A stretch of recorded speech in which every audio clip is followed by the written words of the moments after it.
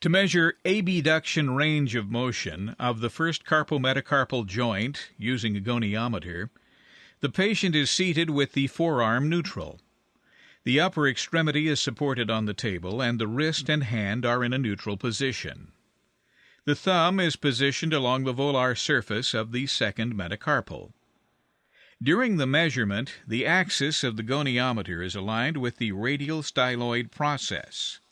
The stationary arm is aligned with the lateral midline of the second metacarpal, and the moving arm is aligned with the dorsal midline of the first metacarpal.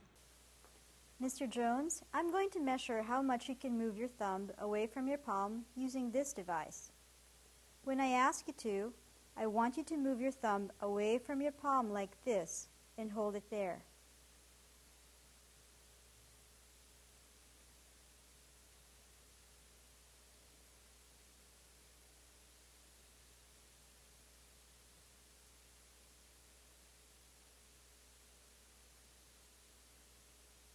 Now move your thumb out, hold it there,